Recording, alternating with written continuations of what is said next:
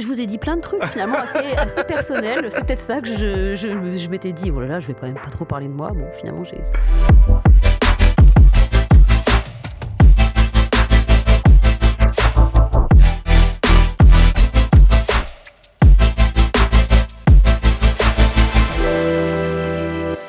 Bonjour, bienvenue dans le podcast de La Rue du Sel. Rendez-vous où on retrouve notre invité du mois pour bien parler un peu plus du parcours qui a mené justement notre invité à porter le projet de solidarité qu'on a découvert ensemble. Et donc on a le plaisir de retrouver Anne-Florence Roche. Bienvenue. Merci de m'accueillir. Bonjour à tous les deux. Alors c'était déjà un grand plaisir de parler de portes ouvertes avec toi dans l'émission La Rue du Sel. On a découvert, redécouvert, pour ceux qui connaissent déjà, cette ONG, tout le travail qui est fait, et tu es directrice de la communication donc pour Portes Ouvertes France, donc l'antenne en France, puisqu'il y a des antennes de Portes Ouvertes dans tout plein de pays, comme on a pu l'évoquer.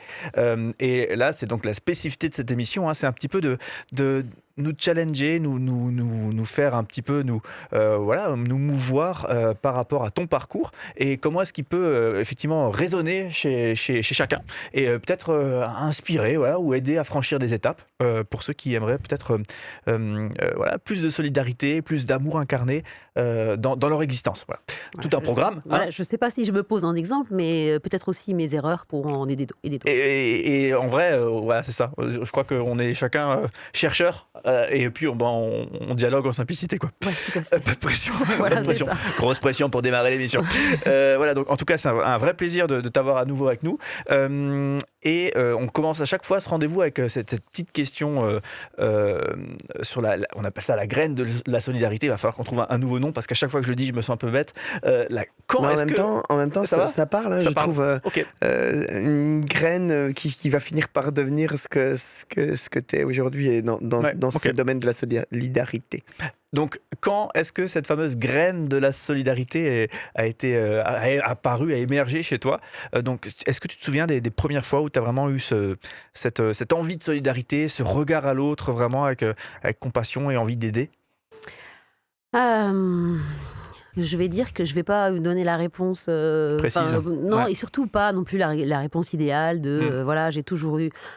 Je crois que je dois avouer que je pense que mon adolescence, elle était pas forcément très tournée vers l'autre. Voilà, Elle était normalement égoïste. Je crois que j'étais une ado assez égoïste, assez centrée sur mon nombril, à peu près comme... Et peut-être même, justement, parce que on en a parlé, mais je sortais d'une épreuve quand même familiale assez importante. Et oui, parfois, je me sentais justement un tout petit peu en déconnexion des autres, tu vois, un petit peu seule dans ma bulle, et ayant un petit peu... En même temps, assez à l'aise pour être en lien avec les autres, mais en lien profond et réel, c'était pas si facile, en fait.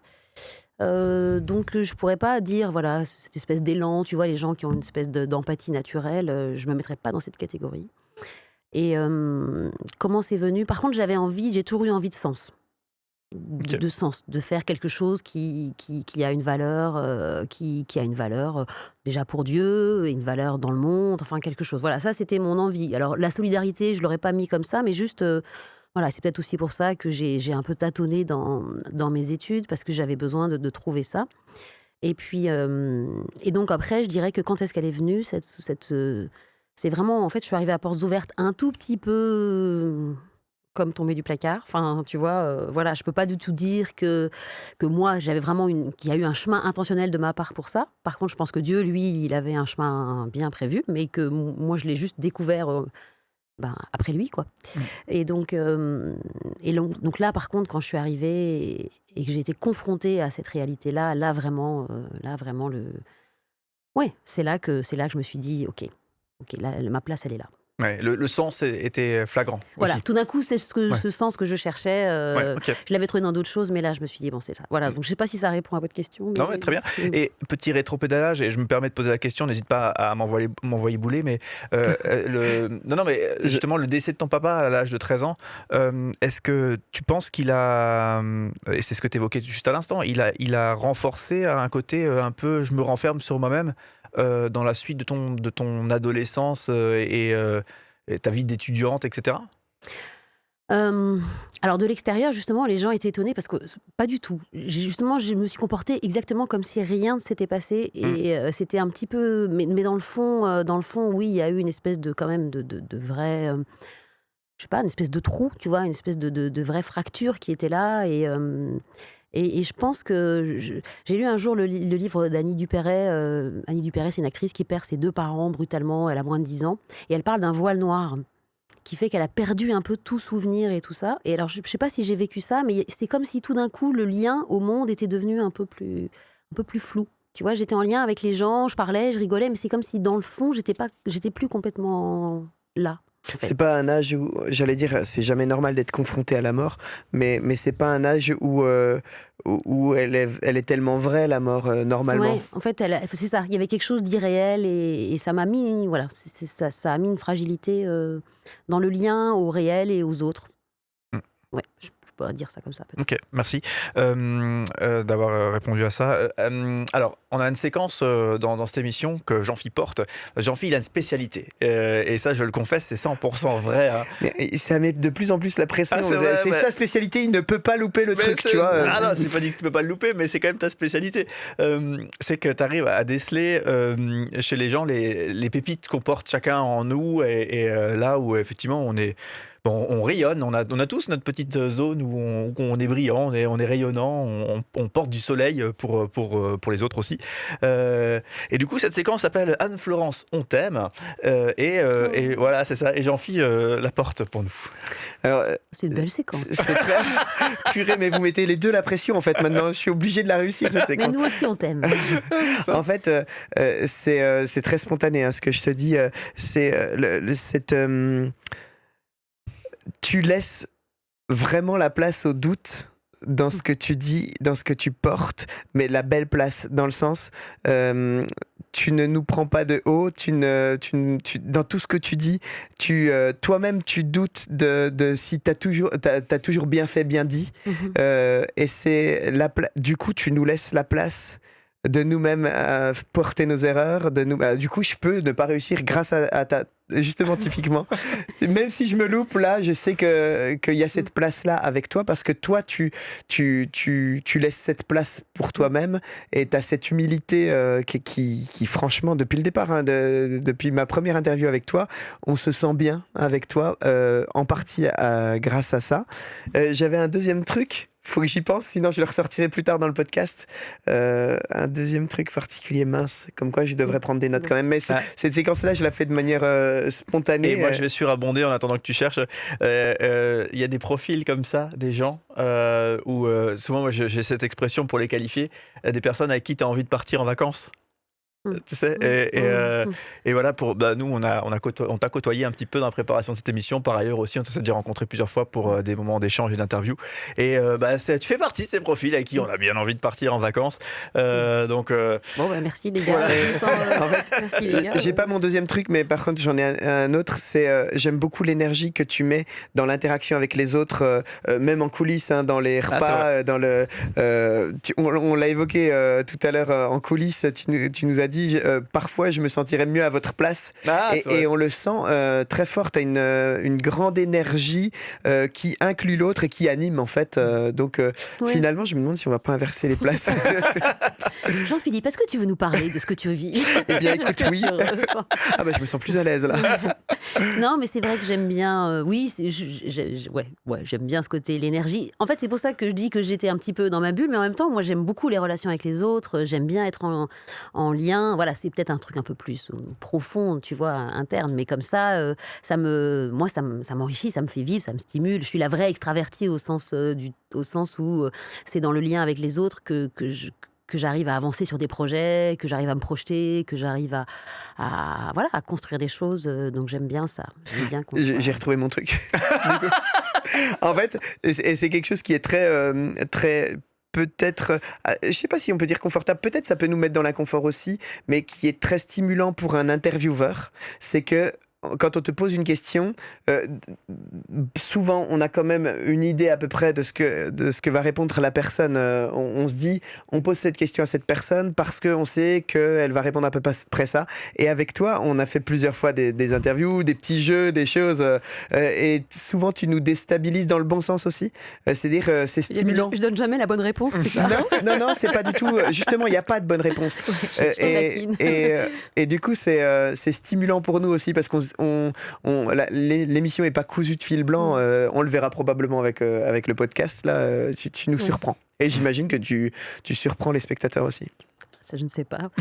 Parfois, je surprends mes équipes ou mon équipe. C'est vrai que j'ai une petite tendance parfois à penser un peu, je sais pas, un petit peu à côté, tu vois, de ce qu'on pourrait imaginer. Alors, je pense que c'est parfois bien, parfois un petit peu, oui, déstabilisant, c'est peut-être le mot. Je dirais stimulant, en fait, parce qu'en fait, quand on s'attend à la réponse, du coup, on n'est plus que dans la politesse ou dans l'information. Avec toi, on ne l'est pas. Donc, voilà. Et au passage, tips, hein, et je trouve que c'est bien mis en valeur, comme ça vient d'être partagé à l'instant. Souvent dit, les introvertis sont difficiles à lire. On ne sait pas ce qu'ils pensent, etc. Mais je pense qu'il faut aussi parfois se méfier des extravertis parce que c'est pas si évident non plus de lire où ils en sont et leur baromètre intérieur. Il faut se méfier c'est très juste. Du truc extraverti. Parce qu'on est là, on a l'air d'être toujours cool, souriant, en forme.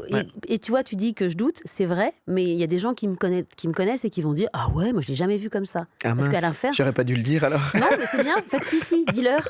Parce que parfois, ils peuvent se dire, je peux aussi donner l'image d'être assez, justement, sûr de moi, en train d'aller... Tu vois, il y a les deux. Et en fait, l'autre, le doute est peut-être... Enfin, il est plus essentiel, on va dire, mais il n'est pas toujours visible. Et donc, parfois, quand tout d'un coup, il émerge, il peut aussi être, du coup, un peu interrogeant, quoi. Ouais. Trop Merci bien. pour cette... Ouais. Allez, parfait. On se lance, hein, du coup, dans le vif du sujet. Et donc, je reviens à plus ton enfance. Tu le partageais tout à l'heure, puisque avant tes 13 ans, tu gravites dans un milieu catholique. Et puis, au moment du décès de ton papa, avec ta maman, vous retournez là où ta maman a grandi, à savoir plutôt un milieu évangélique ménonite. Ménonite, attention. Méthodiste, ménonite, Ouais. ménonite. Très bien. Et Peter Schmitt, je sais pas, ça Ok, va parler aux Alsaciens. Très bien. Quand tu dis ça, et c'est un sésame. Ouais. En tout cas, on voit la lignée familiale. Ouais. Et du coup, est-ce que finalement d'avoir gravité dans différentes confessions chrétiennes, aujourd'hui c'est un atout pour toi aussi dans ta mission près de Portes Ouvertes, pour être dans une meilleure connexion avec tous les chrétiens dans leur diversité, et on sait qu'il y a beaucoup de diversité. Pour toi, tu considères que c'est un atout ? Je crois qu'en tout cas, ça me donne peut-être souvent un regard un peu différent de ceux qui n'auraient jamais fréquenté les catholiques. Moi, j'ai toute une partie de ma famille, du coup, toute ma famille côté paternel est catholique, est engagée. Et on échange sur la foi, je vois aussi leurs pratiques et ça me permet, je pense, d'éviter certains écueils de préjugés qu'on peut avoir quand on les connaît de plus loin.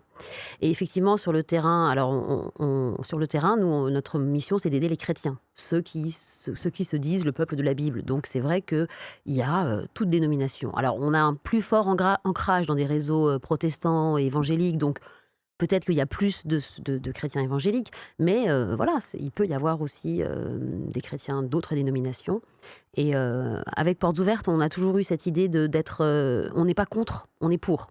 On est pour Jésus, on est pour les chrétiens. Donc on essaye vraiment de dépasser les clivages qui peuvent exister. Et, peut-être qu'on arrière-plan m'aide, je ne sais pas, mais c'est en tout cas une des valeurs qu'on porte dans l'ensemble de l'équipe. Ouais. C'est pas juste moi, quoi. Pas contre, et au sens pas contre le régime qui serait oppresseur, ou le contexte pas oppresseur. contre les musulmans, parfois, je le fais en raccourci, mais c'est ce genre de... Pas contre tous ceux qui... On n'est pas contre. On est pour l'évangile, pour que les gens soient soutenus, pour que le pardon et la cohabitation puissent exister. Voilà, on œuvre pour ça. Okay. On essaye pas d'empêcher certaines choses, on essaye de... Enfin, si, bien sûr, on essaye d'empêcher, de faire sortir des gens de prison.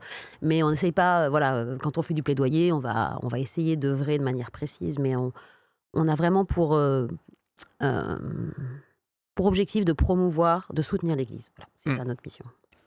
C'est très clair. Je suis toujours dans le passé. Là, tu as 14 ans et il y a ce concert de Denisa. Oui. Hein Ouais. Alors, on apprécie beaucoup parce que Denisa, on les avait ici pour un dialogue avec eux dans le cadre de la rue du sel. Je suis allée revoir du coup. Ah, c'est vrai? Ouais, ouais, je suis allée regarder. Ouais. C'était chouette de les revoir. Ouais. Je leur dis bonjour. Et en fait, parce que ils étaient tout choux, Denisa, bisous Denisa si vous nous voyez.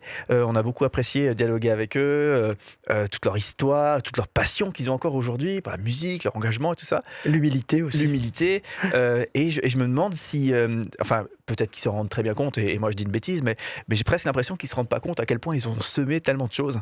Tu sais que je l'ai en tête là, je pourrais te dire maintenant les paroles par cœur de la chanson qui m'avait vraiment impactée. Et ça commençait, ça disait: Ô Seigneur, écoute-moi, accorde-moi ta lumière, j'ai tant besoin de tout voir, de tes yeux, de ton regard. Waouh. Et je ne l'ai pas réécoutée, enfin ça remonte. Ouais.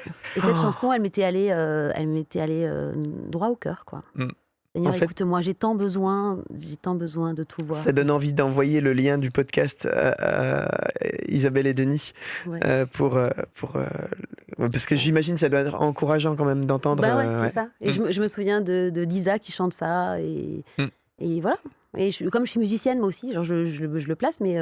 Enfin, je veux dire, je le place au sens. Non, je ne veux pas le placer, justement, mais. Pardon. Non, Mais je veux dire- Non, mais je voulais dire, je suis en résonance. Enfin, vous avez Ouais. dit plein de musiciens ces derniers temps. C'est vrai, Et voilà. Et donc, moi, je suis musicienne. Tu fais quoi Alors moi, j'ai fait beaucoup de musique classique. J'ai failli en faire mon métier. Hein. En quoi en- J'étais en classe horaire aménagée et tout ça. Je faisais de la flûte traversière Ok. et du piano. Et je fais de l'orchestre toujours. J'ai bouffé beaucoup d'orchestre. Je chante dans des chorales classiques. C'est vraiment mon univers. Mon père était chanteur. Il a failli être, enfin, il était chanteur semi-professionnel. Donc moi, j'ai grandi dans le chant, dans la musique. Je m'attendais pas à une liste. Tu fais quoi? Eh bien, de la flûte traversière. C'est vrai que j'ai fait de l'orchestre, du chant.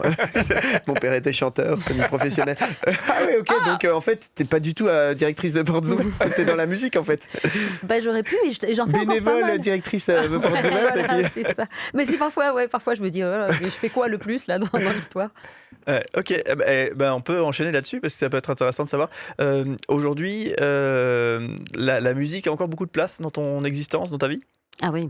Ok. Ouais. Ah ouais. Ça se traduit comment? Tu joues à la maison pour le plaisir? Ouais. Bah, alors déjà, j'anime la louange dans mon église, donc Ouais. voilà.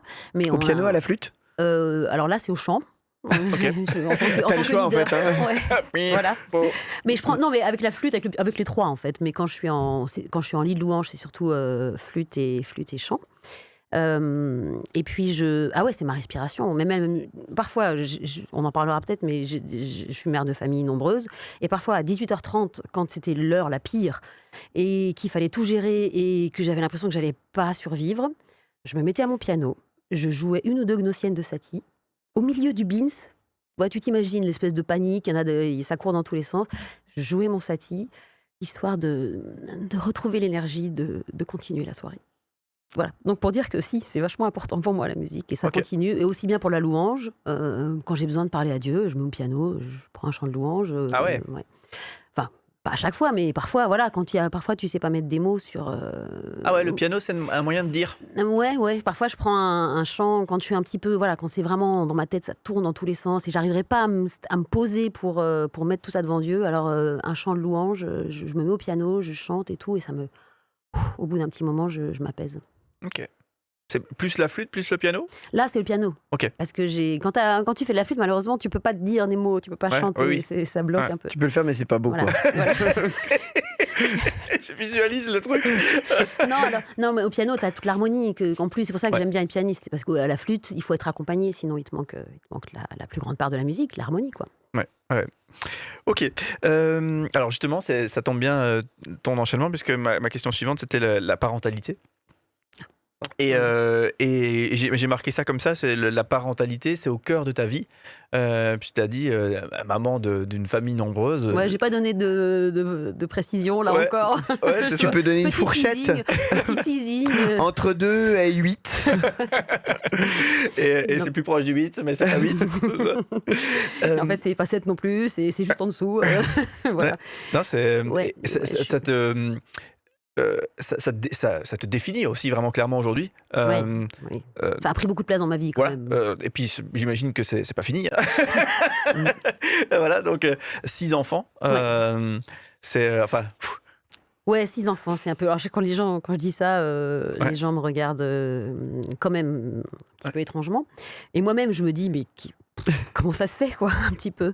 Ouais. Et voilà, c'est un parcours un peu particulier. Je pourrais pas dire du tout que c'était un projet vraiment choisi, Mhm. établi et tout ça. C'est la vie qui, d'une certaine manière, a vraiment fait un chemin que j'avais pas forcément imaginé comme ça. J'ai toujours voulu avoir des enfants et en avoir un certain nombre, donc je peux pas dire que voilà. C'est D'ailleurs, pas une parfois, glissade. non, enfin, je râlais parfois, je disais, oh, c'est pas possible, mais comment je vais m'en sortir et tout. Et une copine d'enfance a ressorti un papier qu'elle avait trouvé, qu'on avait écrit gamine, où on écrivait comment on s'imaginait dans le futur, tu vois. Je me rappelais absolument pas de ça. Et elle avait retrouvé sur ce papier, j'avais écrit, Non, je me vois dans une grande maison avec un jardin et avec plein d'enfants. Et je vivais exactement ça. Quand elle est venue me voir en Normandie, où on avait une maison un peu dans la campagne avec un grand jardin et mes enfants.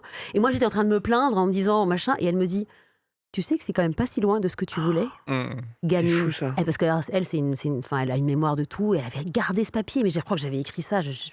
Ouais, j'avais peut-être 14 ans, 13, 14 ans. C'est précieux, Donc, tu c'est vois un comme trésor quoi, en fait. Ça. tu vois comme quoi Dieu, il connaît, enfin, il inscrit en nous des choses, puis après la vie, elle a d'autres chemins, et on finit quand même peut-être par se retrouver là où on devait être. Par rentrer dans les œuvres qu'il a préparées d'avance, par exemple. Comme ça. Un truc du genre, peut-être. Et est-ce que tu penses que le fait d'être maman d'une famille nombreuse, ça t'a donné des atouts aussi aujourd'hui dans ta mission auprès de Portes Ouvertes? Mm. Qu'est-ce que... Alors Bah, bien déjà sûr, ouais. jongler avec 18 projets en même temps. Déjà, première chose. Assumer, gérer plein de choses à la fois, avoir simplement une capacité de travail et d'énergie. Quand tu es maman de famille nombreuse, tu commences à 7 heures, tu finis à 23 heures, 365 jours par an. Donc, quelque part, bon, ben voilà, tu t'enchaînes, quoi. Mm. Donc, et puis aussi, vraiment, j'ai souvent été au bout de moi-même. C'est-à-dire qu'il y avait des tas de fois, j'y arrivais pas. Je me disais, Seigneur, ça m'est arrivé de m'asseoir par terre dans ma cuisine et de me dire, je sais plus comment faire, je suis débordée, dépassée. Et on apprend à dépendre de Dieu. On apprend aussi une forme que quand on pense qu'il n'y a plus de chemin, il y en a quand même encore un. Parce que finalement, le lendemain, on trouve une solution, on avance et un pas à la fois, j'ai survécu. Mm. Mes enfants, ils vont bien. À la fin, voilà, on l'a traversé ce chemin-là. Donc, ça me donne cette idée de se dire, il y a toujours un chemin. Et donc, parfois, dans l'équipe, ils me disent, oh là là, où tu vas? Et je leur dis, si, ça va le faire. Mm. Je vous assure que ça va le faire. On va y aller. On trouve un chemin. C'est quoi? C'est une forme de apprendre la résilience, Ouais. un petit peu? Mm. De la résilience et puis de la résilience, de la dépendance à Dieu Mm. et en même temps la petite dose de cette confiance qui fait que tu te dis on va survivre à tout ça. Ouais, c'est fou. Et moi, je m'en souviens qu'avant d'avoir des enfants, je réalisais pas ce que ça représentait. Et du coup, aujourd'hui, tu sais, quand tu as l'épisode de gastro à la maison, tu sais, où tout le monde y passe, et moi, j'en ai 2 des enfants, tu vois, donc ça va. Tu vois, c'est dur, mais tu sais qu'il y a une durée limitée au truc. Mais quand on a 6, tu sais que c'est parti pour 3 semaines. Donc, Ouais. je me demande comment ça... Et Bah, les nuits, mais les là, nuits, le respect que ça inspire, c'est un peu fou comme ça. Ouais, mais ça m'a aussi appris à lâcher prise sur des tas de choses. Ouais. C'est-à-dire qu'il y a des tas de trucs que tu penses qu'il faut les faire comme ci, comme ça. Par exemple, voilà, tu penses qu'il faut gérer et que c'est ça de bien gérer. Moi, il y a des moments où c'était juste pas possible. Donc, il y a des choses que j'ai faites autrement ou plus simplement en lâchant certaines idées de ce qui est juste, ce qui est bien. Et puis tu te rends compte que ça ouvre un espace de liberté parce qu'en fait, finalement, c'est pas tellement comme ci, comme ça, comme si. Il y a parfois, tu le laisses et puis il y a d'autres choses et tu te rends compte que c'était beaucoup mieux. Voilà, moi, j'ai allaité mes jumeaux. Je savais plus à quel moment je dormais la nuit. Enfin, et finalement, il y avait une espèce de truc assez simple qui a fait que je crois que j'ai mieux vécu ça qu'avec le premier où je faisais tout bien comme dans les livres, quoi. Mmh. Et en fait, c'était plus simple. Franchement, c'était tellement plus facile avec les derniers, là, dans cette espèce de lâcher prise et de faire confiance à la vie. En fait, c'est la pression qu'on se met à Ouais. soi qui est plus dure Ouais. que la que la réalité Que la parfois. réalité. Exactement. Prenez mon guédou. Je vais arrêter. Hein. Qu'est-ce qu'il est spirituel cet homme. C'est ça. Non, mais c'est exactement ça. Et parfois, Il je a vois la théorie, mais pas la pratique. je vois des jeunes parents et ils viennent et ils se font. Je me dis, ils se mettent dans des telles. Ouais. Ils se mettent dans des pressions, des servitudes, des esclavages. Ils se rendent la vie hyper dure. Et du coup, ils se gâchent le truc alors que tu as envie de leur dire, mais vas-y, ça ira quand même. Prends simple, quoi. Mm. Une chose simple. Question qui pas du tout en lien avec un quelconque jugement à porter sur la situation que je vais dire, mais juste pour savoir ce que toi tu penses de ce que tu ressens en fait quand des jeunes aujourd'hui, un jeune couple dirait je décide de ne pas avoir d'enfant. C'est un choix conscient d'un jeune couple, comme il y en a de nombreux aujourd'hui, qui n'ont pas l'envie d'avoir des enfants. Donc sans aucun jugement sur ce choix, Oui. mais juste savoir comment ça résonne chez toi qui justement a vécu une situation vraiment opposée pour le coup. Alors, comme dit, moi, je n'ai absolument aucun jugement. Chacun, effectivement, fait les choix qu'il fait. Et je pense pas. Enfin, voilà. Bon, je vais pas rentrer dans la théologie, dans le fait que est-ce que ce serait un commandement, désobéir. Je vais pas rentrer là-dedans. Ouais. C'est pas mon sujet. Je vais laisser chacun. Voilà. Moi, qu'est-ce que je peux dire? C'est que je peux comprendre cette position. Et en même temps, je la trouve assez logique et rationnelle. Quand tu regardes ce que c'est qu'avoir des enfants, franchement... C'est se sacrifier un peu soi-même. Hein. c'est se sacrifier beaucoup, c'est sacrifier son temps, son énergie, soi-même, son argent. Enfin, évidemment que si tu mets la liste des pour et des contre... alors après, évidemment, il y a le pour énorme d'aimer un être, d'avoir son enfant, mais de manière assez pratique comme ça. Mais par contre, j'aurais envie de leur dire... ouais, vous allez gagner plein de choses. Et puis vous allez perdre le fait d'être confronté. Parce que l'autre, l'altérité, quelque chose qui nous déstabilise, qui nous fait sortir de notre zone de confort, c'est quand même ça qui nous fait grandir. Et je leur dis, vous allez peut-être manquer une occasion de grandir, de découvrir d'autres choses sur vous-même, de découvrir comment on doit, quand on doit dépasser ses limites, qu'est-ce qu'on apprend sur soi. Moi, franchement, ça m'a vraiment beaucoup mis dans mes retranchements. Mais je voudrais pas. Je crois que je voudrais pas être la personne que j'aurais été s'il n'y avait pas eu ça. Tu vois ? Okay. Parce que quand je me vois aujourd'hui, je vois qui j'étais, je vois dans quels travers j'aurais pu continuer. Ça t'a façonné en fait. Ça m'a façonné, et Dieu a vraiment utilisé ça pour m'apprendre des choses. Mais des choses.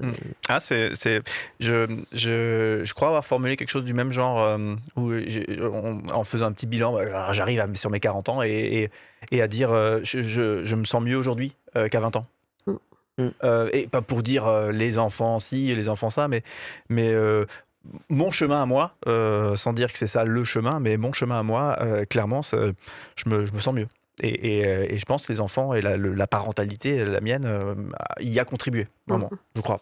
Et je pense que pour les autres, je suis une meilleure personne aussi. Tu vois, je me dis dans mon rapport à l'autre, dans qui je suis, j'aurais peut-être été pas quelqu'un qui peut... Enfin, je sais pas comment dire. Je sais pas si aujourd'hui je peux faire du bien aux gens, mais je pense que ce chemin de mort à soi-même, il nous aide quand même aussi, après, dans les rapports avec n'importe qui autour de nous, à avoir une position peut-être un peu plus, justement, moins dans le jugement, moins dans l'assurance, un peu plus dans je sais pas comment dire, l'accueil de la fragilité, quoi. Ouais.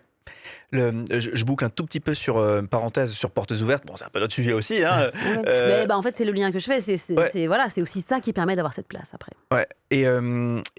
Parce que souvent l'un des arguments à dire j'ai pas envie d'enfant, bon, c'est garder la maîtrise de son existence, mais c'est aussi la crainte de l'écologie, etc. Et des craintes qui sont tout à fait légitimes. Hein, et je pense à ces chrétiens que tu côtoies, que tu vis dans ces pays en crise, etc. Et ces chrétiens qui ont des enfants dans ces contextes encore plus difficiles, largement plus difficiles. Et eux, ils ont des enfants et souvent ils sont pas si découragés que ça, si peut-être avoir des enfants. Ah non, je crois pas. Ah non, du tout. Je pense qu'ils le voient pas du tout comme ça. C'est quand même la vie, ça reste un cadeau, quoi, pour eux. Ouais. Parce qu'il y a quand même cette idée que c'est... Et puis les enfants, c'est l'énergie, c'est la relève, c'est aussi ceux qui vont prendre soin, donc c'est important d'avoir des enfants. Ils le voient pas comme le voient pas comme... Alors c'est certes, il y a le poids, quand on est déjà en train de pas réussir à savoir faire tourner sa propre famille, ça peut être dur. Là, j'ai quand même une histoire qui me revient, ou qui vient un peu contredire ce que je suis en train de dire, et où, voilà, elle m'attriste en y pensant. Voilà, j'ai une femme qui s'est retrouvée seule avec plein d'enfants parce qu'elle a dû récupérer les enfants de sa belle-sœur. Elle était avec 10 enfants et c'est vrai que sur le coup, elle a dit 10 enfants. ouais, 10 Et c'est enfants. quel pays là pour le coup? Je sais pas si tu t'en. Cameroun. Cameroun. Ok. Cameroun. Et on vient d'avoir ce témoignage d'une personne du terrain qui est venue nous rendre visite et elle nous a raconté ça. Et c'était assez déchirant quand même parce que cette femme disait mais en fait, je regrette d'avoir. Enfin, c'est trop lourd quoi. Je regrette d'avoir ces enfants. Et, et elle a fait. Et du coup, elle est passée. Elle a essayé en fait de les distribuer à droite à gauche quoi. Ouais, c'est dur. Dans des familles et tout. Donc je me dis parfois, oui, mais c'est pas le regret d'avoir des enfants, c'est juste le poids que ça représente. Mais nous, on essaye de, voilà, une fois qu'on l'a accompagnée, et elle est allée récupérer ses enfants au fur et à mesure dans les familles où ils avaient été recueillis. Comment est-ce qu'elle a été c'est une histoire au cœur de notre sujet là pour le coup. Comment est-ce qu'elle a été connectée à Portes Ouvertes par exemple, cette personne, cette maman? Ah, écoute, je sais pas, ça fait partie de nos équipes terrain qui sont en lien avec les gens. Donc elle avait vraiment été victime. C'était un village. Elle nous racontait les histoires terribles. Donc il y a Boko Haram. Enfin, les villages chrétiens sont régulièrement visités par des troupes qui viennent comme ça et qui mettent tout qui mettent le feu, qui tuent les gens. Donc toutes les nuits, ils doivent vers 16h, ils montent dans les montagnes pour dormir à l'abri. Enfin, dormir, c'est-à-dire qu'ils se mettent entre les rochers, il fait froid, ils se mettent à une place, ils bougent plus trop parce qu'il ne faut pas se faire voir, et ils attendent jusqu'au matin. Et après, ils reviennent parce qu'en fait, ils vont pas dans les camps déplacés, parce que dans les camps déplacés, en fait, il n'y a pas beaucoup plus de solutions parfois, il y a pas de nourriture, c'est compliqué et tout ça. Donc, en fait, ils préfèrent rester chez eux, là où c'est hyper dangereux, plutôt que de partir. Et donc cette femme, je pense qu'elle faisait partie de ces groupes-là. Et finalement, il y a eu, je pense qu'à un moment, nos équipes sont venues s'occuper des gens du village parce que c'est vraiment des conditions. Enfin, c'est pas de la vie là, c'est de la survie. Hein, parce que en plus, ils sont tout le temps à l'affût. C'est-à-dire qu'il y a un garde parce qu'on ne sait pas à quel moment les gens vont débarquer. Et puis toutes les nuits, tu lâches, tu vas dans les montagnes, puis tu redescends en journée pour faire un peu ton champ, pour faire tes 3 trucs. Donc bon, et donc cette femme, elle a récupéré. Donc je pense que la famille, les enfants, le couple de sa sœur, les parents étaient morts, donc c'est elle qui a récupéré, qui s'est retrouvée donc avec ses 10 enfants. Et là, Puisque les 10 ne sont pas à elle, quoi, du coup. Voilà, il y en avait 6 à elle et 4 autres. Ouais, la vache. Et elle est partie partie en errance, tu vois, en emmenant, mais c'était juste... oui, l'aventure folle, quoi. L'aventure. Ça aide aussi parfois à dédramatiser nos propres situations, où certes c'est difficile et le niveau de difficulté est haut, mais quand tu entends ça, tu te dis bon. Ok, il y a encore. Avant de me plaindre, je vais peut-être réfléchir, tourner quelquefois la langue dans ma. Ouais. Jean-Philippe, je te sens très pensif. Je suis très pensif, très à l'écoute. Non, je pense à des tas de choses. En fait, ça réveille des tas de choses parce que je me dis, attention, parce que j'allais abonder dans votre sens et je me dis, pour les gens qui n'ont pas d'enfants, ça peut être aussi, ou qui ne peuvent pas en avoir, ça peut être aussi blessant d'entendre, on se construit beaucoup avec les enfants, mais en fait, chaque épreuve, chaque chose belle dans notre vie, chaque épreuve nous construit, nous façonne et Dieu utilise ça pour nous façonner. Et moi, je pense souvent que je dis à mon fils aîné, en plus il vient d'avoir 18 ans, donc j'ai eu l'occasion de le dire en public, mais je lui dis depuis longtemps, merci d'avoir fait de moi un papa. Parce qu'on dit souvent l'inverse, on dit c'est mon fils, un peu comme une fierté, mais moi je sais que en soi, le fait d'être parent, ça te façonne, mais on peut aussi le dire à nos enfants, tu m'as façonné. Grâce à toi, j'ai vu des choses que je voyais pas. Ce qui est vrai avec aussi ma femme ou notre conjoint, notre mari, ou sans ça, donc ça veut pas dire que les célibataires qui n'ont pas d'enfants n'ont pas de gens qui les façonnent ou de rencontres qui les façonnent, mais en tout cas c'est sûr que c'est un moyen fort de changer, d'avoir un miroir et de se dire je suis comme ça en fait. C'est ça. Ouais. C'est très juste, hein, et c'est pas du tout l'idée de dire que c'est le seul moyen, bien sûr, de grandir ou de voilà. Et Dieu sait ce qu'il fait, donc. S'il n'y a pas d'enfants dans le projet, voilà, il y a d'autres chemins et ils sont très bien, très beaux et ils sont complets. Moi, j'aime pas quand on a l'impression que si on n'est pas marié avec des enfants, il y a quelque chose d'incomplet. Ouais. Pas du tout. La vie ne commence pas quand on est marié ou quand on a des enfants. Heureusement. Et ce que j'aime beaucoup avec les enfants, de manière générale, et ses propres enfants encore plus, ce que j'aime beaucoup, je dis ça parce qu'on est sur un plateau, parce que des fois, c'est pas toujours dans le bon sens, mais c'est qu'ils disent vraiment ce qu'ils pensent. Des fois, ils te révèlent des trucs sur toi, et sur le moment même, des fois, tu peux même le prendre mal, dire oh, dis donc, machin. Puis après, tu réfléchis, tu dis il me connaît bien quand même. Finalement, j'avais pas réalisé que j'étais comme ça. C'est très juste. C'est très juste. Pas toujours confortable, mais très juste. Une petite séance de déballage, là, on est bien. Allez, ça fait du bien. Portes ouvertes, donc je me recentre sur notre sujet, ton démarrage chez Portes ouvertes, c'était quoi, il y a une quinzaine d'années, sauf erreur? 2012, 13. 2012, ouais. Est-ce que tu peux nous raconter là justement comment ça se passe, comment tu démarres justement ton engagement auprès de Portes ouvertes? Ouais, je l'ai dit un petit peu avant, je suis un peu Ouais. tombée dedans un petit peu. Voilà, je peux pas dire que je connaissais Portes Ouvertes depuis que j'avais 5 ans et que c'était mon désir. Non, vraiment, c'est une amie qui m'a proposé de travailler bénévolement avec elle pour Portes Ouvertes, pour monter le ministère pour les femmes. Et voilà, les nouveaux projets, les défis, tout me plaisait. Donc je faisais ça à côté de mon métier de l'époque, qui était donc j'étais prof de maths à ce moment-là. Ok. Et, et puis voilà. Et puis donc j'ai aidé. Et puis à un moment, elle est partie faire autre chose. Et puis elle m'a dit, je pense que tu serais bien pour reprendre mon poste. Et là, je l'ai regardée en disant, ah bon, mais c'est quand même assez loin de ce que je fais. C'est quand même, voilà. Et puis bon, j'ai cheminé avec ça, avec cette idée, avec Dieu aussi. Et puis voilà, c'est parti comme ça. Donc, et puis après, j'ai mis le pied dedans. J'ai commencé et vraiment. J'avais déjà pas mal, on en a parlé, j'avais pas mal dû cheminer avec les enfants, mais alors se confronter à l'Église persécutée, se confronter à ça, à cette question de si Dieu nous aime, pourquoi tant de souffrance? Ouais. Et ça quand même, on l'a tous, mais alors quand tu travailles pour l'Église persécutée, ça devient une question qu'il faut confronter. Il faut la confronter parce que sinon c'est trop dur. Ce qui est bien dans notre cas, c'est que nous, on sait qu'il faut se la poser, mais on peut éluder et se dire oh, faudra que je me la pose celle-là. Exactement. Alors que quand tu travailles à Portes ouvertes. Voilà. Alors tout le monde se la prend un moment en pleine face, hein, parce que quand chacun de nous traverse une vraie épreuve, alors là, il se dit bon, voilà, pourquoi c'est difficile, tout le monde. Mais nous, même si on n'est pas nous-mêmes confrontés, on est obligé de travailler là-dessus.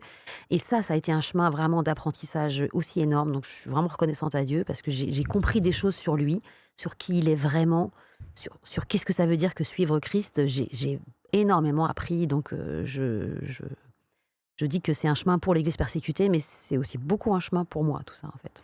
Ok. Et du coup, tu démarres, donc tu le disais bénévolement, puis après tu es engagé. Mais à ce moment-là, c'est une action qui concerne plutôt un ministère au féminin. Je dis pas de bêtises. Oui, ça, c'est un ministère pour les femmes, cœur de femmes, l'idée de faire un pont entre les femmes d'ici et les femmes de l'Église persécutée. Okay. Alors, globalement, le ministère de Portes ouvertes, c'est de faire un pont entre les chrétiens d'ici et les chrétiens de là-bas. Là, c'était pour être plus spécifiquement sur les questions des femmes, parce que on sait que être femme dans un certain nombre de cultures, c'est parfois être femme chrétienne, c'est parfois la double peine. Parce qu'on est fragile et vulnérable en tant que femme, et doublement en tant que chrétienne. Donc, les chrétiens sont souvent une seconde zone dans certains pays du monde, mais là, quand on est une femme chrétienne, on est un citoyen on est un citoyen de quatrième zone. C'est-à-dire qu'il y a, au niveau des lois, au niveau de la protection, il y a vraiment plus rien. Parce que comme on est soumise à l'autorité de sa famille, de son mari, il suffit que là-dedans, il n'y ait pas de protection et on n'a plus... Donc voilà. Donc l'idée, c'était de comprendre ces spécificités des problèmes pour les femmes et d'engager les femmes, les groupes de femmes en France à prier pour ces femmes. Et donc c'était un beau ministère et puis après, pour des raisons de communication et aussi parce que finalement, c'est quand même parfois plus facile d'adresser les problèmes de manière générale. Ce ministère n'existe plus en tant que tel, ce qui ne veut pas dire qu'on ne s'intéresse plus à la question des femmes, bien sûr. Ouais, et d'ailleurs, on a des dossiers particuliers là-dessus. Les sujets de mars-avril, pour ceux qui s'intéressent, peuvent aller regarder la question où on traite la question spécifique des femmes. Du coup, comment on peut justement avoir accès à ces sujets ?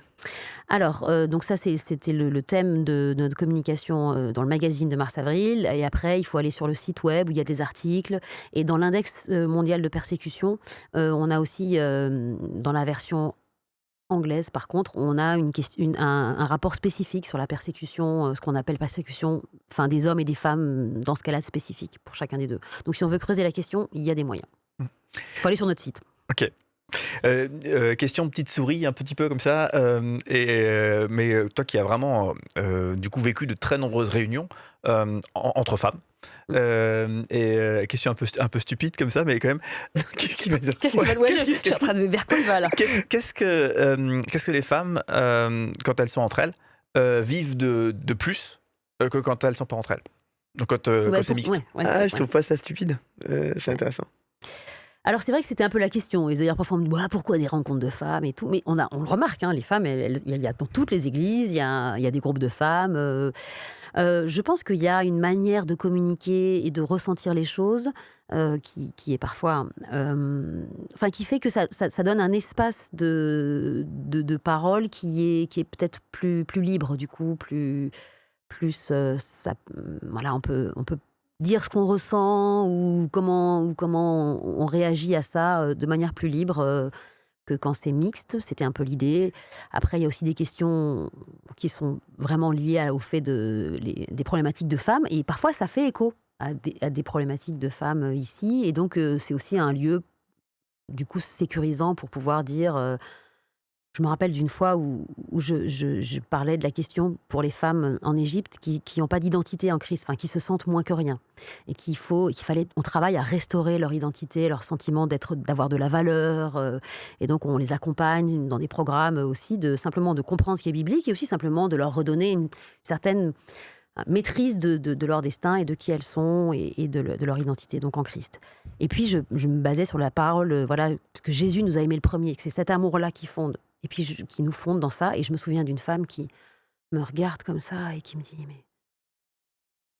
mais vous, ici, vous le vivez comme ça? Parce que moi, je ne sais pas si je me sens aimée comme ça par Jésus. Je ne sais pas si moi, en gros, elle disait, mais moi, j'ai la même problématique. Est-ce que j'ai de la valeur? Est-ce que je suis aimée? Et c'était hyper profond, du coup, de commencer à voir que cette problématique-là, elle résonnait aussi beaucoup et on a pu en discuter ensemble. Alors, est-ce qu'avec un homme, ça aurait été... Je ne suis pas en train de dire qu'il faut... Je pense qu'un homme aurait balayé cette question.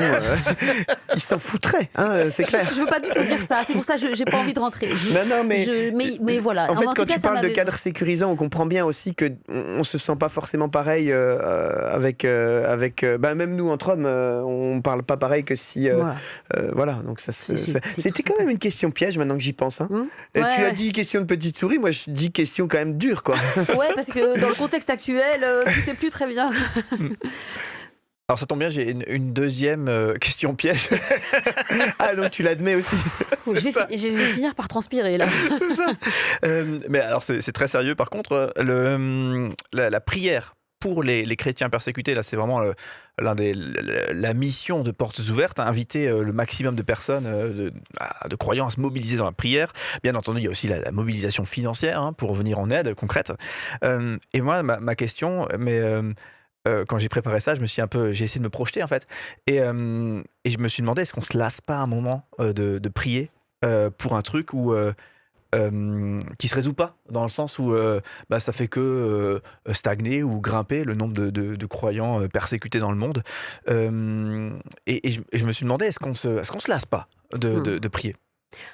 Est-ce qu'on se lasse, le mal dans le monde, le péché dans le monde, il s'arrête pas non plus, Ouais. il continue. Est-ce qu'on se lasse de prier pour que les gens qui sont malades ne le soient plus, pour que les gens qui souffrent, enfin tu vois la difficulté, la souffrance dans notre monde, on sait bien qu'elle a pas vocation enfin elle va s'arrêter quand Jésus reviendra. Donc d'ici là, on s'attend pas à ce que la persécution s'arrête en fait, parce que la persécution, elle fait partie de l'histoire de l'Église. Donc c'est pas l'idée de dire on va prier fort et puis il y aura plus de chrétiens persécutés et puis on pourra apprendre un autre sujet, prier pour autre chose.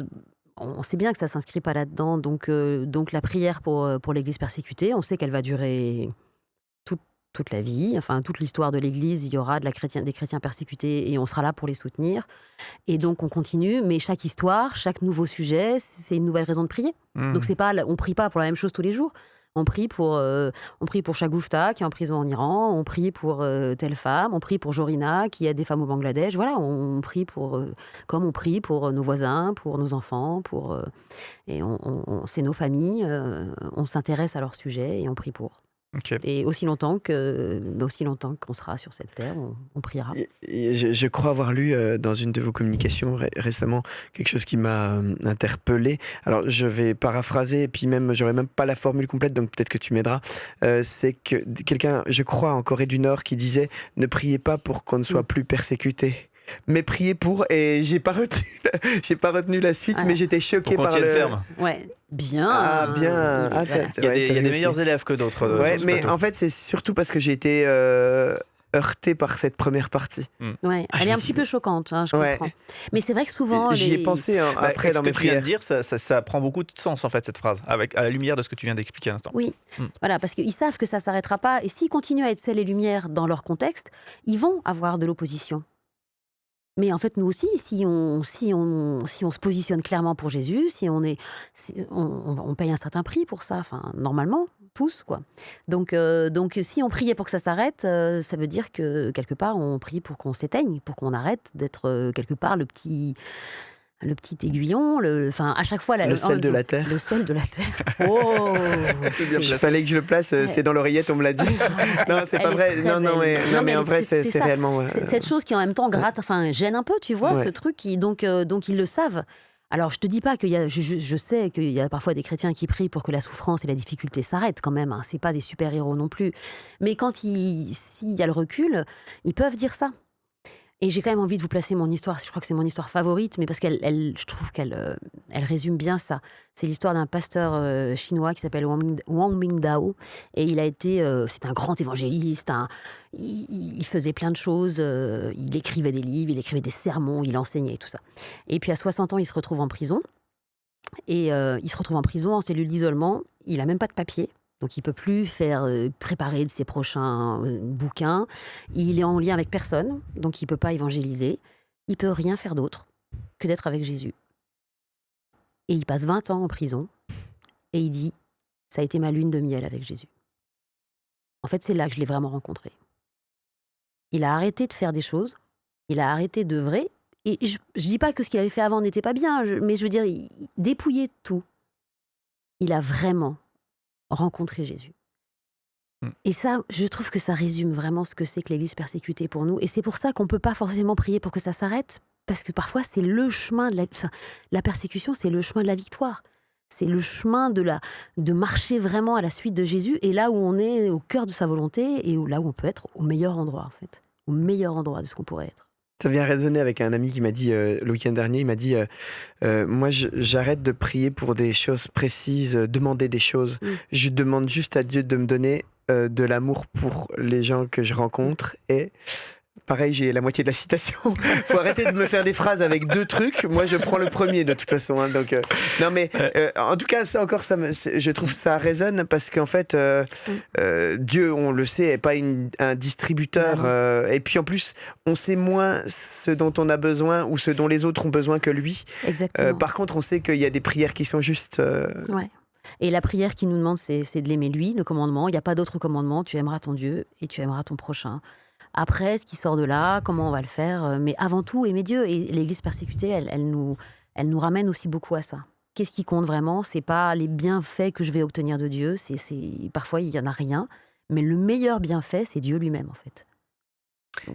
Et du coup, pour toi, le fait de côtoyer toutes ces personnes, pour certaines de les rencontrer, pour d'autres d'être au bénéfice des témoignages qui arrivent, est-ce que ça a impacté et ça continue d'impacter ta propre foi à toi ? Énormément. C'est ce que je te dis, c'est cette question de qui est Dieu vraiment et de le comprendre, et du coup de ne pas être déstabilisé quand l'épreuve arrive, quand la souffrance vient dans nos vies. Moi, j'étais peut-être que j'avais mal compris l'évangile, mais j'avais cette espèce d'idée que si Dieu m'aime, alors il m'arrivera pas de mauvaises choses, il prend soin de moi, et voilà. Et quand c'était pas le cas, ça me déstabilisait. Et avec ce chemin, j'ai vraiment, vraiment grandi dans ma foi. Je travaille à aimer Dieu juste pour lui-même, juste pour le lien avec lui. Ça manque. Et tout ce qui peut se passer autour, toutes les circonstances ne changeraient rien à ça. Et c'est à la fois exigeant parfois, mais aussi quelque chose de doux et de profond, de se dire que la chose qui m'est le plus précieuse, c'est d'être avec Jésus, quoi. Et ça, je l'aurais pas appris. Autrement. Enfin, peut-être. Ouais. Bon, Oui. Dieu sait ce qu'il fait, mais Ouais. en tout cas, c'est le chemin par lequel il me l'a appris, donc je suis reconnaissante. Le message, s'il y avait un message à transmettre, un message très simple, un seul, unique, et que toi, qui te semble le plus primordial, le plus important. Il y aurait plein de choses, mais je vais dire, peut-être construisez-vous une cellule, comme le pasteur Wang Mingdao. Protégez-vous de la suractivité à Voilà. certains égards aussi? Construisez-vous votre cellule. Je sais pas comment, mais trouvez le moyen de vous mettre un petit peu à l'écart de tout le reste. Ou peut-être ralentissez simplement pour marcher. Mais cette idée de quand même Du de... secret de la chambre, retrouvez un peu le secret Ouais, de la chambre. Arrêtez, sachez que je l'intimité. suis Dieu. Arrêtez. Purée, il faut que j'arrête mes bouts de verset. Je voulais, Pasteur je me suis Goethal. dit, je te le laisse le dire. C'est ton rôle dans C'est ce... ton rôle. Alors j'y pensais, mais je me suis dit, j'attends que Jean-Phil le dise. Mais arrêtez, voilà. Arrêtez et sachez que je suis Dieu. Et recherchez d'abord le Tu me royaume l'as de piqué, Dieu. celui-là. Pardon, je vais arrêter. Vas-y. continue. Recherchez d'abord le royaume de Dieu et sa justice. Des fois, on oublie cette partie. C'est Tu vois, vrai. là, j'ai eu les deux trucs. Et toutes les choses vous, Ah oui, et vous toutes seront les données données ensuite. en plus. t'as quand même, voilà. Ouais. Mais donc voilà, peut-être c'est ça qui est, et qu'une fois qu'on a fondé ça, une fois qu'on a cette espèce, qu'on a réussi à se créer ce sanctuaire, ça peut être voilà, un empêchement, mais un empêchement qui finalement nous ramène au cœur de qui on est réellement, de notre profonde identité en Christ. Et après, il y a une espèce de, mais ils ont une force et une liberté. La vraie liberté, elle est là. Quand il y a plus rien, quand tu es esclave de plus rien, en fait. On peut tout te prendre, c'est pas grave, ça changera rien. Là, c'est des gens. Tu peux être. Enfin, il y a une forme indestructible. Enfin, on parle parfois d'être les princes, d'avoir le pouvoir dans ce monde, mais je pense qu'on l'a dans cette fragilité-là. C'est très fort. Et ça connecte certainement avec des histoires qu'on a pu entendre, et c'était un peu mon dernier point, lorsqu'on revient un petit peu sur l'index mondial de la persécution, et le dernier index, il y en a un qui sort chaque année, qui fait état de la persécution dans le monde, avec ce chiffre qui a été sorti en 2025, 380 millions de personnes qui sont persécutées, donc qui souffrent, qui sont discriminées à cause de leur foi chrétienne. Donc c'est un chiffre insupportable, mais c'est un chiffre énorme. Ça a été présenté, ce chiffre, notamment aussi dans le cadre d'un live qu'on retrouve sur la chaîne YouTube de Portes Ouvertes. Et dans ce live, il y avait un pasteur nigérian qui expliquait son histoire, qui expliquait son intervention sur un massacre. Le Noël noir de 2023. Ouais, c'est ça. Puis il montre la photo d'une petite fille. Il dit, on en a parlé déjà un petit peu. Il dit, ça c'est la seule survivante de toute sa famille. C'est lui qui a pris cette photo. Enfin, et d'un seul coup, ces trucs que tu vois normalement dans les films, que tu vois très au loin, ce monsieur, il était avec toi, à côté de toi. Il raconte ça. Ça te paraît pas surréaliste comme ça des fois, ce genre d'histoire? Ça m'a paru fou d'un seul coup y être vraiment, quoi. Oui, c'est vrai que on les lit ces choses-là et elles paraissent, on se dit c'est terrible, mais ça reste quand même loin. Et c'est vrai quand tout d'un coup il vient nous le raconter, ça prend une autre dimension. Et c'est ça qu'on aimerait faire avec Portes Ouvertes, c'est essayer de ramener, que ce soit un petit peu moins loin et plus réel. Et en même temps c'est dur parfois. Il n'y a pas tout le monde qui a envie de se confronter à ça. Donc je sais que parfois il y a des gens qui nous disent vos histoires sont trop dures. Vos histoires sont trop dures. En fait, on n'a pas trop romancer un petit peu. Non, mais et les gens ont conscience et ils me disent, on sait que ça existe, mais vous nous ramenez une partie du monde qu'on n'a pas envie de voir. Et je peux comprendre ça. Je peux comprendre que de voir le mal à l'œuvre, c'est pas la chose qu'on a le plus envie.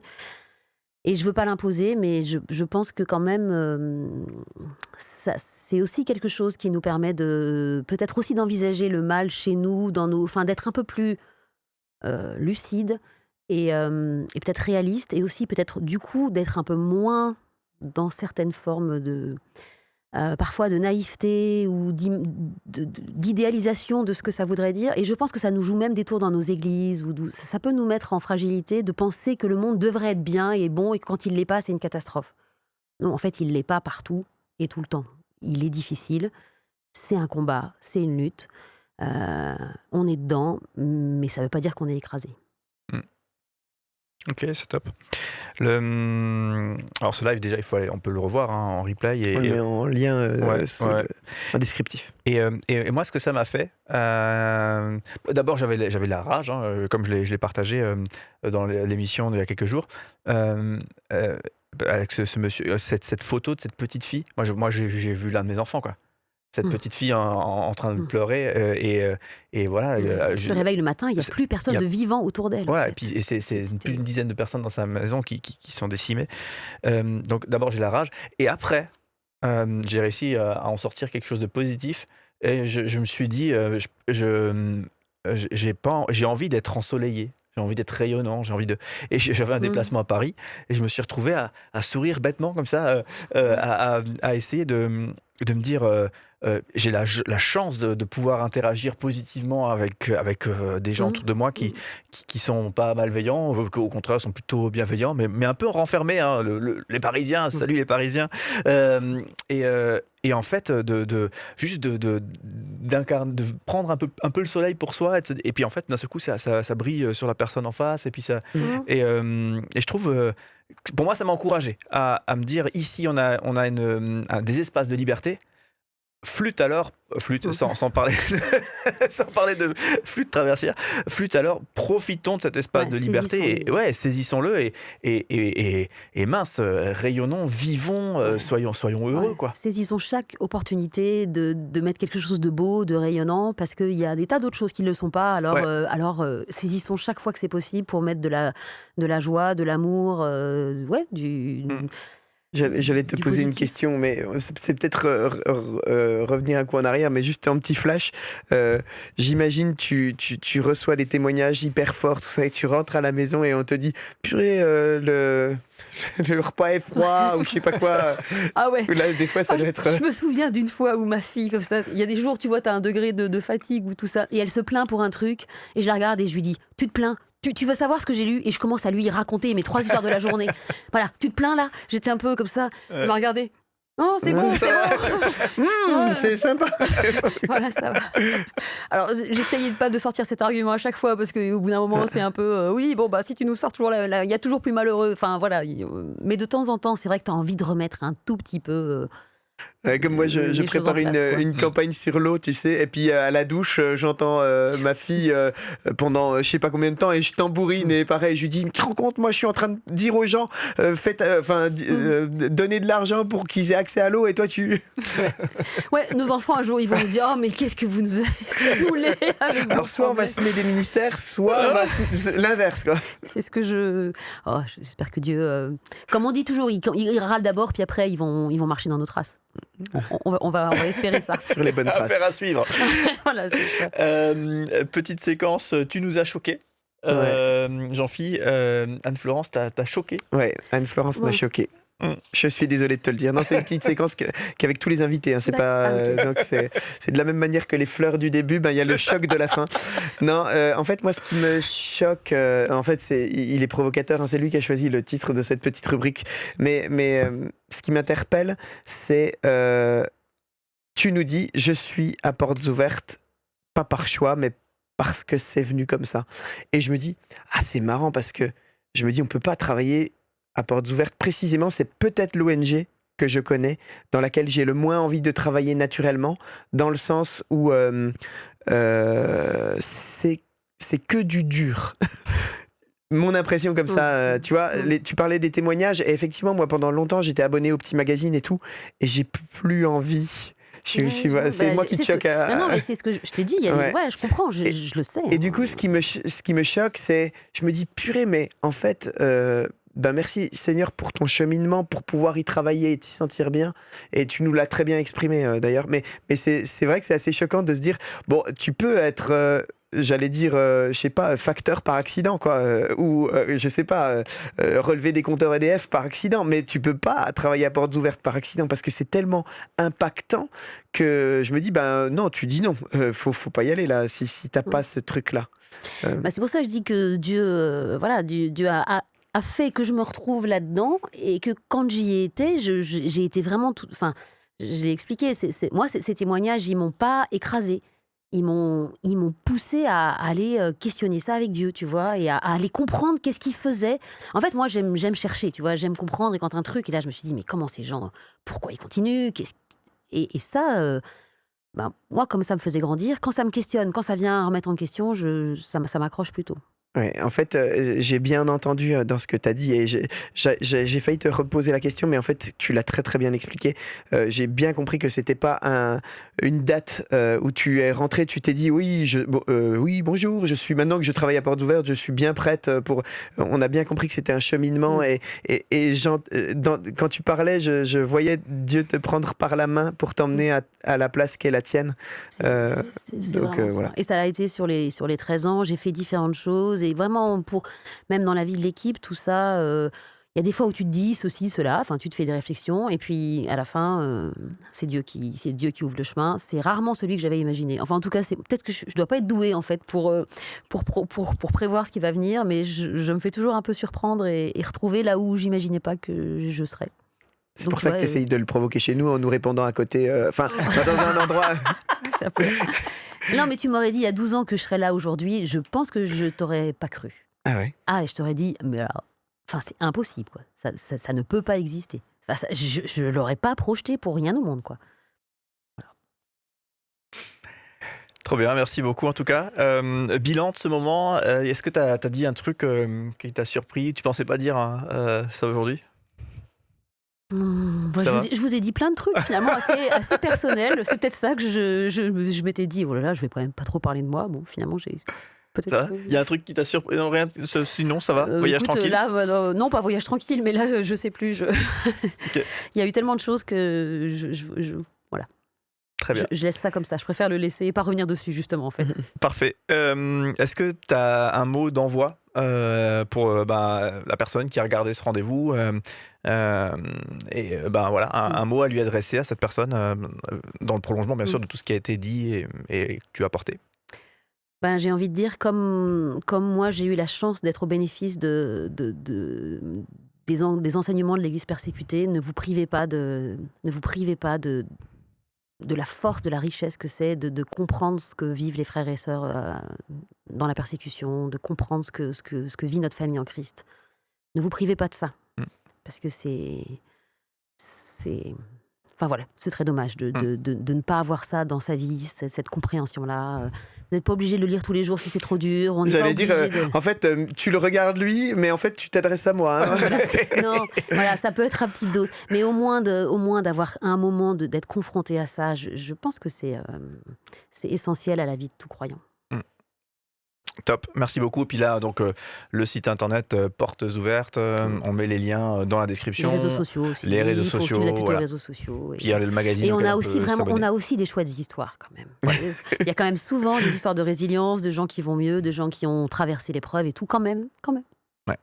Des épreuves, des histoires qui donnent envie de continuer à se battre. Oui, puis des sources d'inspiration énormes, Voilà, quoi, où c'est tu ça. te dis, OK, si lui, ils ont réussi à pardonner, s'ils ont réussi à ça, Ouais, c'est ça. il y a pas de raison que j'y arrive pas, même si c'est pas facile, voilà. Ouais, Mmh. c'est l'église, c'est la Ouais. Bible illustrée, quoi. Ouais. C'est ce qu'on nous demande de faire en réel, en histoire. Mmh. Il n'y a plus qu'à s'inspirer. Ouais. Trop bien, merci beaucoup en tout cas, hein, donc Anne-Florence d'avoir été avec nous pour ce rendez-vous. On te Ah, merci retrouvera à vous. encore en août, aux côtés, d'Annick de Meder, aux côtés de Patrick, du Sel, Ouais. pour, un regard croisé chouette dans le cadre, ouais, de l'Happy Hour. On se réjouit vraiment C'est les Avengers des ONG chrétiennes. Mais en tout cas, c'est une joie. Ils font un chouette boulot. S'il y avait un diplôme pour la punchline, les pieds dans le plat, je pense que Jean-Phi, il serait diplômé. Pourquoi on n'a pas coupé avant? Médaille d'or. Médaille d'or. Non, moi, je l'aime bien. Je vais faire un petit costume, je crois, pour la prochaine. On l'attend.